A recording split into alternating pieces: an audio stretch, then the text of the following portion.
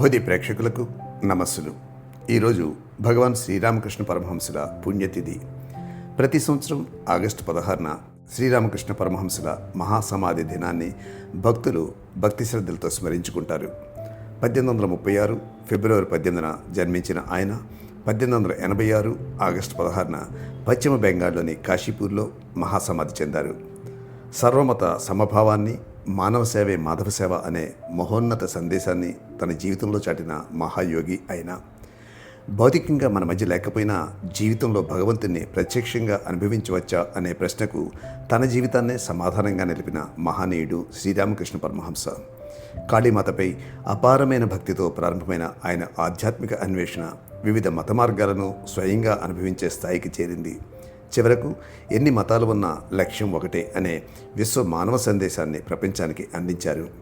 ఆయన జీవితం భక్తికి, త్యాగానికి, పవిత్రతకు, ప్రేమకు ఒక సజీవ ప్రతిరూపం. ఆ మహాత్ముని ఆధ్యాత్మిక జీవితం, అనుభవాలు, బోధనలు, భక్తులతో ఆయన అనుబంధాన్ని మన కళ్ళ ముందు నిలిపే అమూల్య గ్రంథమే శ్రీరామకృష్ణ లీలామృతం. ఇది కేవలం ఒక మహాత్ముని జీవిత చరిత్ర కాదు, మనలో ఆధ్యాత్మిక చైతన్యాన్ని మేల్కొల్పే ఒక పవిత్ర యాత్ర. ఎందుకో ఆ మహనీయుని పుణ్యతిథి రోజున అనుకోకుండా నా మనసులో ఒక ఆలోచన మెదిలింది. ఆలోచన వచ్చింది అనడం కూడా బహుశా సబబు కాదేమో. ఇది గురు మహారాజ్ ఇచ్చిన ఒక ఆదేశం అయి ఉండొచ్చేమో. అయితే ఆలస్యం ఎందుకు? శ్రీరామకృష్ణ పరమహంసుల దివ్య జీవితాన్ని, వారి ఆధ్యాత్మిక అనుభవాలను, వారి బోధనల అంతరార్థాన్ని శ్రీరామకృష్ణ లీలామృతం ద్వారా తెలుసుకునే ఈ పవిత్ర ప్రయాణాన్ని ప్రారంభిద్దాం. ఈ మహత్తర గ్రంథాన్ని రచించిన స్వామి చేతనానంద్ గారి ఉపోద్ఘాతంతో బోధి బెకెన్స్ అందిస్తున్న ఈ ప్రత్యేక ధారావాహికను ప్రారంభిద్దాం. రండి, గురు మహారాజ్ చూపిన ఆధ్యాత్మిక మార్గంలో మనము ఒక అడుగు ముందుకు వేద్దాం. ఇక లీలామృతం పుస్తకంలో ఉపోద్ఘాతానికి వెళ్తే, బుద్ధుడు, క్రీస్తు లేక శ్రీరామకృష్ణులతో జీవించి ఉండగలిగితే అంత అద్భుతంగా ఉండేదోనని అప్పుడప్పుడు మనం ఊహించుకుంటాం. వారితో కలిసి ఈ ఇలలో జీవించిన వారు ధన్యులు. వారిని గురించి విని వారిని చూసిన కొద్దిమంది ఇంకా ధన్యులు. వారిని సేవించిన వారు మూడింతల ధన్యులు. ఆ మహాత్ములు మనకు కనుమరుగైనప్పటికీ వారు మరణించలేదు. యోగులు, భక్తులు ఇప్పటికీ వారి ఉనికిని అనుభూతి చెందుతున్నారు. ధ్యానంలో వారి జ్యోతిర్మయ రూపాలను దర్శిస్తున్నారు. వారితో కొందరు మాట్లాడుతున్నారు కూడా. చైతన్య చరితామృతం ఇలా వచిస్తుంది. గౌర్ అంటే చైతన్యులు తన దివ్యలీలను ఇంకా అభినయిస్తున్నారు. కొద్దిమంది అదృష్టవంతులే దాన్ని చూడగలుగుతారు. మానవ జీవితంలో సంబంధ బాంధవ్యాలు కీలక పాత్ర వహిస్తాయి. స్నేహితులు కానీ, బంధువులు కానీ లేని వ్యక్తి ఒంటరితనాన్ని, కొన్ని సమయాల్లో నిస్సహాయతకు లోనవుతాడు. తద్విరుద్ధంగా పలువురు స్నేహితులు, బంధువులు ఉన్న వ్యక్తి బలాన్ని, ఆనందాన్ని పొందుతాడు. జీవితంలో విషమమైన సందర్భాల్లో వారి సహాయాన్ని పొందగలుగుతారు. ఆత్మ అనే ధాతువు నుంచి ఆత్మీయత అనే సంస్కృత పదం ఉద్భవించింది. బృహదారణ్యకోపనిషత్తు ఇలా వచిస్తుంది: భర్త అయినందున భర్త ప్రేమించబడడు. నిజానికి ఆత్మ కోసమే భర్త ప్రేమించబడుతున్నాడు. అదేవిధంగా భార్య, భర్త, పిల్లలు, సంపద, దేవతలు సమస్తం ఆత్మ కోసమే ప్రేమించబడుతున్నారు. ఈ విశ్వము, దానిలోని జీవుల ఉపపర ఆత్మ. మనం అన్ని జీవులతోనూ పరస్పర సంబంధం కలిగి ఉన్నాం.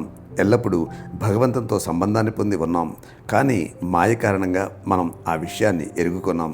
శాంత్యానందాలకు ఏకైక అలవాలమైన భగవంతునితో విడివడి ఉండడమే మన దుఃఖాలకు కారణం. భగవంతునితో ప్రగాఢ బాంధవ్యాన్ని మనం ఏర్పరచుకుంటే మన జీవితాల్లో ఆందోళన, అనిశ్చిత, భయం చోటు చేసుకోవు. ఈ పుస్తకం ప్రధాన ఇతివృత్తం మనం భగవంతుణ్ణి లేదా అవతార పురుషుణ్ణి ఎలా ప్రేమించాలి, ఆయనతో కలిసి ఎలా జీవించాలి, ఆయనతో ఎలా బాంధవ్యాన్ని ఏర్పరచుకోవాలి. భగవంతుణ్ణి మనం ఎలా ప్రేమించాలి అంటే ప్రేమ, ఎరిక కలిసి వెళ్తాయి. మనం ఒక పురుషుణ్ణి లేదా స్త్రీని వారి గురించిన ఎరిక లేకుండా వారిని ప్రేమించలేం. ఒక వ్యక్తి పట్ల ఆసక్తి, ప్రేమ లేకుండా ఆ వ్యక్తిని సమగ్రంగా తెలుసుకోలేం. ఒక వ్యక్తితో పరిచయం ఎక్కువయ్యే కొద్దీ మన ప్రేమ కూడా పెంపొందుతుంది. ఒక అందగాన్ని సభలో చూసి ఒక స్త్రీ అతన్ని ప్రేమించింది. అతని మిత్రుల నుంచి అతడు సంపన్న కుటుంబానికి చెందినవాడని, గొప్ప ఆస్తిక వారసుడని ఆమె తెలుసుకుంది. ఆ సంగతి ఆమె ప్రేమను ఇంకా ఇనుమడింపు చేసింది. ఆ తర్వాత అతడు రచయిత, చిత్రకారుడు, సంగీత విద్వాంసుడు, శీల సంపన్నుడు అని కూడా ఆమెకు తెలిసింది. అతడి సుగుణాలను గురించి తెలుసుకుంటున్న కొద్దీ ఆమె ప్రేమ ప్రగాఢం కాసాగింది. నిజమైన ప్రేమికుడు తన ప్రేయసి గురించిన ప్రతి సూక్ష్మ వివరణను తెలుసుకోగోరతాడు. మనం భగవంతునితో ఎలా జీవించగలం అన్నదానికి కుమ్మరి కుడి చేత్తో ఇనుపగడ్డిని మంటలో పెట్టి ఎడమ చేత్తో కొలిమితిత్తును పట్టుకుని ఊదుతూ ఉంటాడు. 15 లేక 20 నిమిషాల తర్వాత ఇనుపకడ్డి ఎర్రబారుతుంది. తర్వాత పట్టకారుతో కడ్డీని దాగల మీద పెట్టి తగ్గ ఆకృతి వచ్చేదాకా సమ్మెడితో కొడతాడు. ఆ విధంగా చల్లగా నల్లగా ఉన్న ఇనుపకడ్డి అగ్ని సాంగత్యంతో ఎర్రగా వేడిగా మారిపోయి కాంతిని ఉష్ణాన్ని జరింపచేస్తుంది. అదేవిధంగా నిత్యం మనం 15 లేక 20 నిమిషాలు ఎడతెగకుండా మనసుని భగవంతుని మీద లగ్నం చేస్తే మన మనసు ఆధ్యాత్మికతను ప్రకాశాన్ని సంతరించుకుంటుంది. నిజానికి మనసు ఉన్న చోటనే మనుగడ ఉంటుంది. భగవంతునితో జీవించడం ఎలా అని ఎవరో నన్ను అడిగినప్పుడు భగవద్గీతలోని ఈ 3 వచనాలు నాకు గుర్తుకు వచ్చాయి. ఎవరైతే నాయందే మనసును లగ్నం చేసి నా తలపులతో జీవితాన్ని గడుపుతూ ఇతరులతో నా గురించి ప్రసంగిస్తూ ఎనలేని ఆనందాన్ని అనుభవిస్తారో, సదా నా యందు భక్తి కలిగి ప్రేమతో నన్ను పూజిస్తారో వారికి నన్ను చేరడానికి కావలసిన సునిశ్చిత జ్ఞానాన్ని ప్రసాదిస్తాను. భక్తుల హృదయాల్లోనే నెలకొని ఉన్న నేను వారి పట్ల గల వాత్సల్యంతో జ్ఞానమనే ఉజ్వల దీపంతో అజ్ఞానంధకారాన్ని పారద్రోలుతాను అని శ్రీకృష్ణుడు క్లుప్తంగా భక్తుడు చేయవలసిందేమిటో, తాను భక్తులకి ప్రసాదించేదేమిటో వివరించారు. భగవంతునితో మనం ఎలా బాంధవ్యం ఏర్పరచుకోవాలి అంటే, వ్యక్తులతో ఎలా బాంధవ్యాన్ని ఏర్పరచుకుంటామో అదే రీతిలో మనం భగవంతునితో బాంధవ్యాన్ని ఏర్పరచుకోవాలి. ఒక లోకోక్తి ఉంది, తరచూ పరస్పరం సందర్శించుకోవడం మూలంగా బాంధవ్యాలు పెంపొందించుతాయి. పరిచయాలు బలపడే కొద్దీ మానవుల మధ్య బాంధవ్యాలు ఏర్పడతాయి.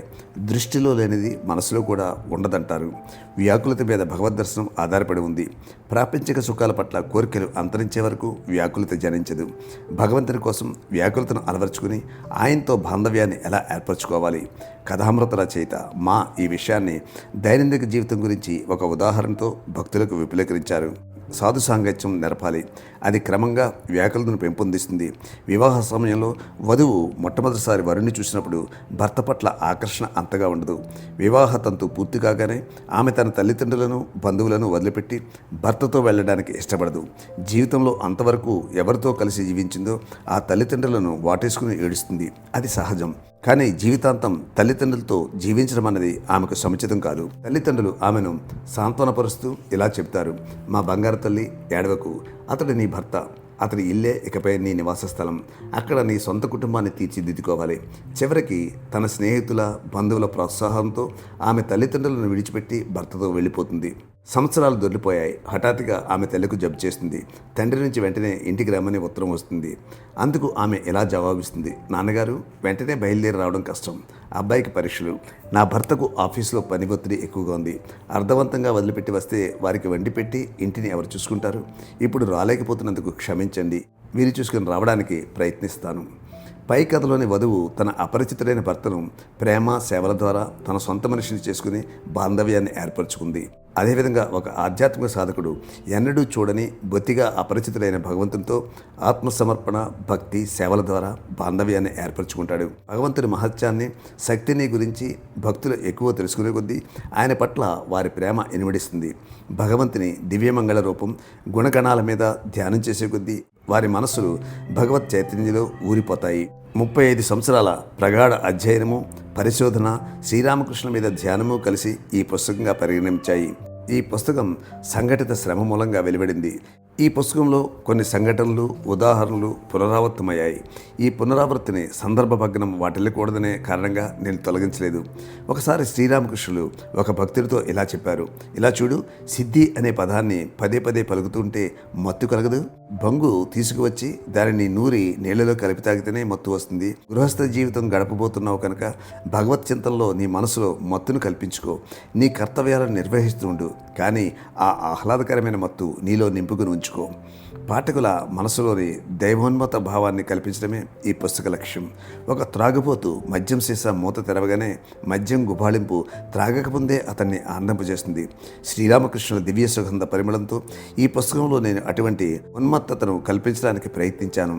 మనకు నచ్చినా నచ్చకపోయినా ఒక పరిమళ ద్రవ్యాల దుకాణంలోకి ప్రవేశించగానే సుగంధ పరిమళం నాసికా పుటాల్లోకి చొచ్చుకుని పోతుంది. దానిని మనం ఆపలేం. శ్రీరామకృష్ణుల పవిత్ర సాంగత్యం ఇటువంటిది.